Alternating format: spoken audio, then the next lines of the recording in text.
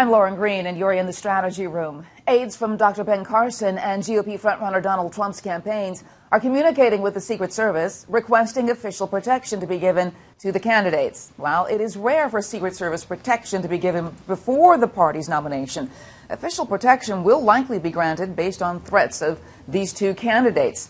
Now, here with reaction are political strategists Stephen Sigmund and Brian Morgenstern. Welcome to you both. Thank you. Brian, let me start with you. So what do you make of this, these two candidates requesting Secret Service, Ben Carson and Donald Trump?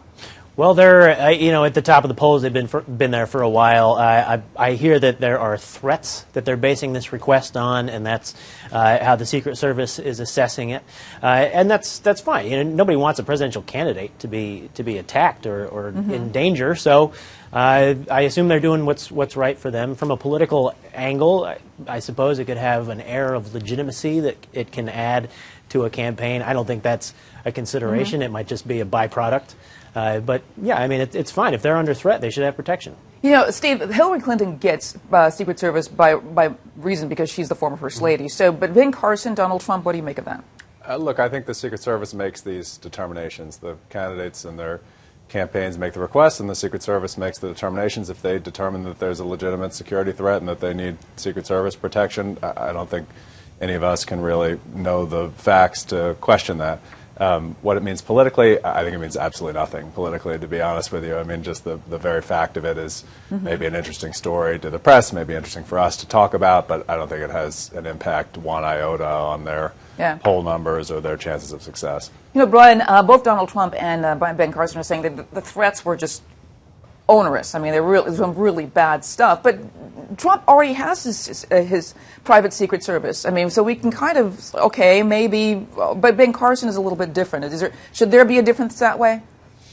Well, you can afford your own Trump, but Ben Carson, we know that he's not a billionaire. Well, I suppose that could factor in. I don't think Secret Service protection is need-based. If it were need-based, I don't think the Clintons would have it either, because they're not doing so poorly.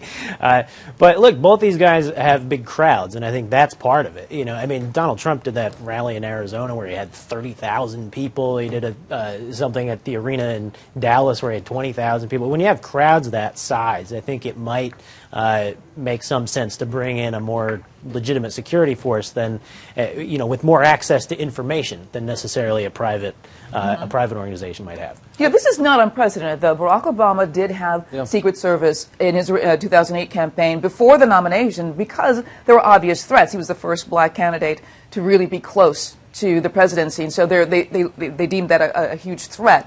But in this case, do you think it has the same precedent?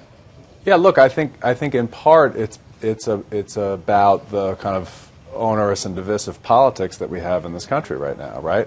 Because it is the language that a lot of people use when they're in opposition in politics now, instead of a language of we disagree with you and how do we get to common ground. It's a language, built on social media of yelling and screaming at each other, and often in anonymity making threats to people in public life. So in some ways, it's an unfortunate byproduct of the politics that we have right now, but it also is a reality. And as I said, if the Secret Service thinks those kinds of threats are real and are to be taken seriously, and they ought to have Secret Service protection, then I completely agree with that. But sorry, Brian, but I have to imagine that the Jeb Bushes and the other people are actually getting threats.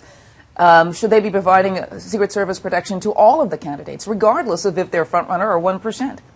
Well, there are not unlimited resources. There has to be some decision made based on the level of the threat.